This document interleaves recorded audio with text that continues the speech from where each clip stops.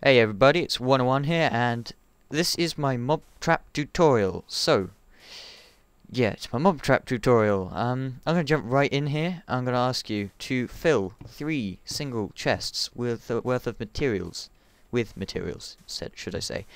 So you fill each one of these, so 3 single chests, with cobblestone, sandstone, wood, if you're really foolhardy, because you will be putting lava in this thing, so don't. They're empty here because I have myself an infinite block of sandstone. I'm here to show you how to build the trap, not how to collect the resources. In the last one, I want you to put a whole bunch of lava buckets, or just empty buckets to collect lava with, and 14 stacks of logs, because you will need that many logs to make all the signs required for the trap. Right, so I'm going to jump straight in here. The first thing you build is the canal, which collects the items. I'm going to build mine sort of jutting off the side of this cliff here, just to demonstrate to you. Oh, it's getting dark. Good thing I had that bed there. Jutting off the side of the cliff, just to demonstrate to you the way that you can build it floating in the sky with relatively little scaffolding, if that makes sense. I'll be skipping through the boring bits. I'll probably use mcedit to make one floor, and then use mcedit to copy it a number of times on top of itself. And then I'll give a quick demo of the trap working and say, yeah, that's about it, and move on. So, without further ado, here we go. I'm just going to go to sleep. It is night. Thank you. Anyway, here we go. First thing I want you to do is... Failed already. Okay, the first thing I want you to do is build a sort of 3-wide area, jutting out 6 squares. That's 5. I'm stupid. And then at the end of that, 1, 2, 3, 4, 5, 6. It's 5 still. That's stupid. Okay, so this is your 1, 2, 3, 4, 5, 6, 7 by 3 piece here. Now, what you're going to do is you're going to build out from the sides 2 squares. Like so, before widening those as well. Now, put edges around it, like so.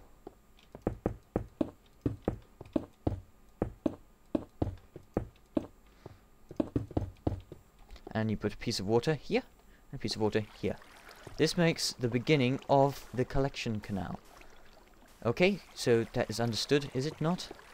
Now what you're going to do is you're going to extend out from here another 8 blocks, additional to that one. So that's 1, 2, 3, 4, 5, 6, 7, 8, plus the additional one.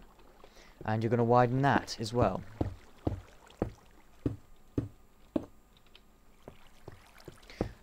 And you're going to do this on both sides. I'll be back in a moment when this is done. Right, so I've added those little wings on. Now what you're going to do is you're going to outline this area with more stone, like so.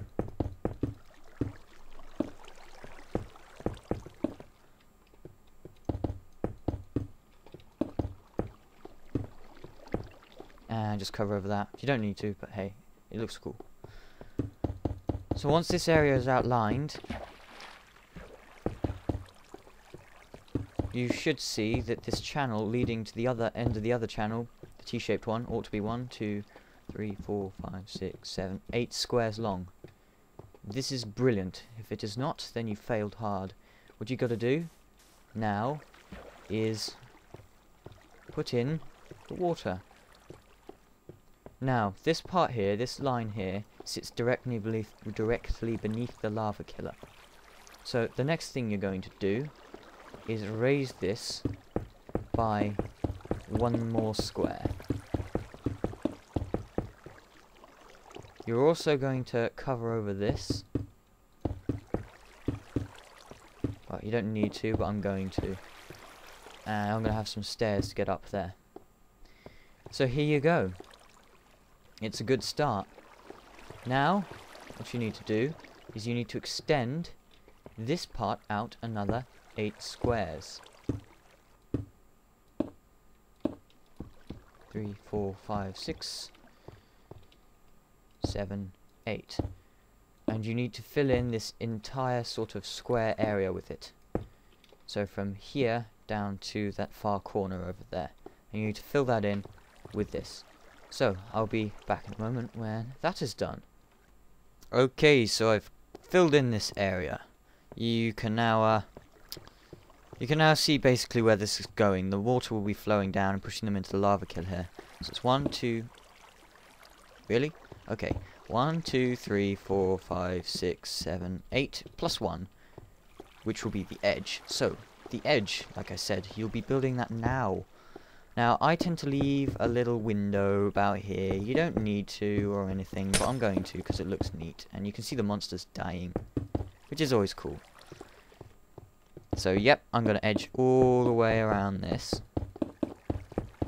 Try not to fail too much. So there you go, there's the window.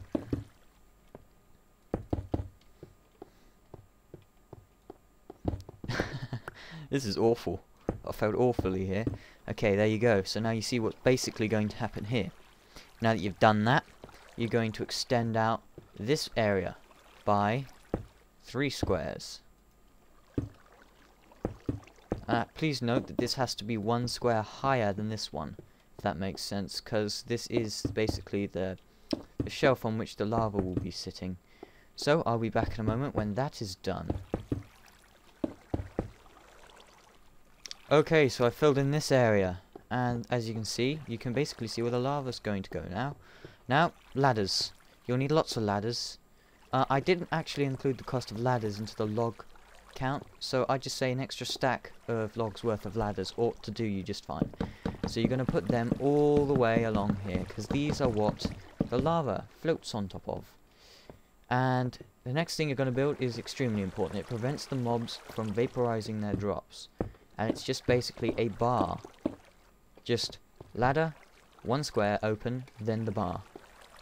It needs to be so that the mobs would sort of be trying to climb that ladder and then stopping and hitting their heads, if that makes sense.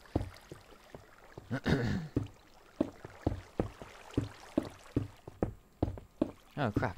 Did I really just do that? Now, in the middle, leave a little hole so that you can walk through onto this floor, because you're going to need to get here for a little bit longer. I'm just going to move this window because it doesn't match the other ones, I just realised. Or the other one. There you go. Matching windows, woo. Okay, now that you have done this, of course you can't place lava here yet because it's all just going to flow out and make a big mess and ruin stuff. So what you're going to do is you're going to raise these corners by 2, and in the middle you're going to have a 3 wide section. Now, at this point, I'd normally stick some ladders on here. Why can't I stick ladders on that? There we go. I normally stick some ladders on this. Get rid of my makeshift stairs. Okay. So there you go. Another 2 tall column on the other side. And now you're going to rim it with glass. You don't need to do this, but it's a nice accent to the tower itself once it's finished. And it makes it look... Oh, for Christ's sake. It makes it look... It's not that important, it's just annoying. So there you go. Nice and rimmed around. And then you rim it around on top again with sandstone or whatever you're using.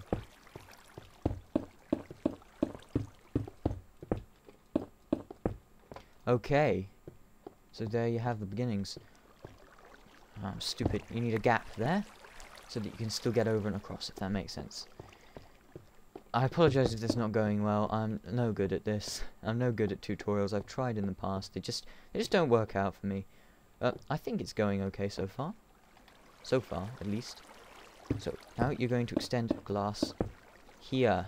You don't need glass here either. You can replace any of the glass in this machine with just plain cobblestone if you really want to, but it looks boring. This is probably the second to last glass you'll need. After this, you won't need any more at all. Also, this mob trap, the one I'm demonstrating here, is a very slight modification, which allows you to get a little more spawnable space of the ones that you saw in my video. Only a tiny modification, not enough to really...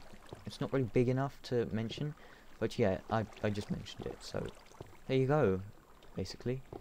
So, now you've got this. You should have something that looks like this. You should have the plate for the lava. You should have the glass. You should have sandstone rimming around it, but a gap down the middle so that you can still walk across. Now what I want you to do is raise this wall's height by 2 squares. This is actually really easy. You can just go around it like so. So, we'll be back in a moment when that is done. Hello everybody, and I'm back, and I've increased the wall height, and I've slept, so it's now morning again. What you're now going to do is you're going to raise it by 1 more square, but this time it's going to be shifted back, like so. As you can see, it's shifted back 1 from here. This is important because you do kind of need a... Oh, of course.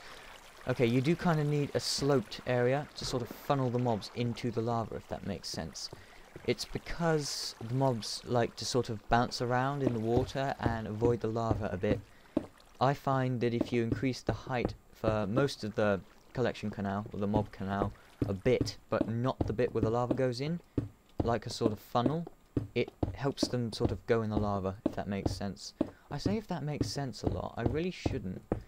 So, right, here you go. Once you've raised this up by another square, you are ready to continue on to the next level. What you're now going to do is you're going to leave a 1, 2, 3 square gap, and then you're going to raise it again, and you're going to go back 1, 2, 3, 4, 5, 6, 7, 8, 9 squares. And you are going to copy this all the way across to the other side. You will see exactly what I mean in just a second. And magically, through the magic of video editing, it is done, as you see. Now what you're going to do, of course, you're going to continue. It's not done yet. You're going to extend this another 8 squares out from the beginning. 1, 2, 3, 4, 5, 6, 7, 8. So that's 8 squares, not including this wall part here. Same as this. 1, 2, 3, 4, 5, 6, 7, 8. If that makes sense. So stop. Now you're going to do the same thing. I need to stop saying that. You need to do the same thing on the other side. And you need to fill in this entire area. So, once again, I'm just going to look away and think about what I want, and it's done, like that. Lo and behold, my corny fail of a video editing sort of editor thing, if that makes sense. Stop saying that! Anyway, here you have it. You should have a 3 wide gap, 2 8 long sort of flat areas. Now you're going to go back down. You're going to get back down into the bottom area floor thingy in here. Now, a lot of people say you need an infinite water source and you need to continue drag buckets, put 1 there, 1 there, 1 there, 1 there. You don't. Just place 1 here. I'm going to show you this trick here. You place another 1 here. Now, the middle becomes an infinite source. You might think, oh, of course I knew that. But did you know that you could do this? And fill very large areas of water very, very quickly. So long as they are only 1 square deep. Like so. And it's done. Immediately, just like that. Now, the reason I only ask you to do this now is because you're going to need to put lava in, and it's very hard to get out of here safely when there is lava and water pushing you towards it. That is kind of the whole idea and the way the entire thing works. So, what you're going to do now is you're going to get your lava. So you notice I replenished my infinite block. It wasn't as infinite as it said it was. I'm going to put in all of the lava along this ledge here. And it'll flow out just over those ladders, provided you built it correctly. Now again, I'm using an infinite lava block. You should probably use buckets yourself. But if you're doing it legit, or whether you're not or not, just do it as you please. I don't care. I'm showing you how to build it. Not telling you. So I'm just gonna fill in this glass here, so I can't accidentally fall in the lava and kill myself in the middle of the tutorial, which would be a pain in the arse. I'm going to stick a ladder there so that I can get up. Actually, I'm going to make that ladder a bit taller. Yeah! Okay, now, rim around the edge of this. Very simple. Just rim around the edge. I think I'll speed this up now. So, here we go.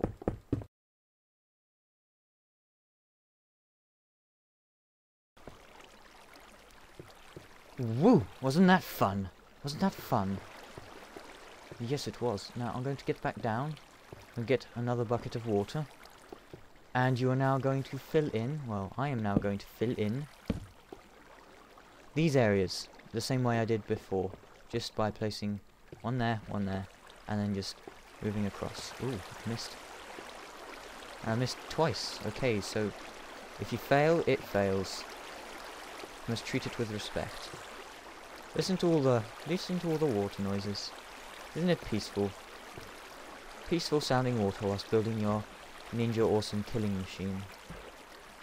Okay, let's get over here and do the same thing to the other side. So just to clarify what I'm actually doing here, I put one here, one on the first block, one on the third block. Then I take from between them and go along 2 blocks after the water was actually placed. And it will create another infinite source on top of the end of the last one, if that makes sense. God, I said it again. It's like the thing. You need to stop both of them, else your videos will suck. Oh, don't take it from the end, ever, because it won't replenish itself. Just for those of you who don't know, water will replenish itself so long as there are water source blocks on either left, on 2 of the sides adjacent to it, if that makes sense. Damn it! God damn it! Anyway, here we go. So we've got the water. Now you can basically see what's going to happen. They're going to fall off the floors into the water and into the grinder, if that makes sense. Damn it! God damn it! I will improve, eventually. What you're now going to do is you're going to extend this wall up by another 3 squares. So you can just tower up, walk off the end, and be perfectly fine. So I'm going to do all of that now off screen because it'll take me a few minutes, and this video's long enough as it is. So, be back in a moment. Okay, so now that's done, you're going to start building the first floor.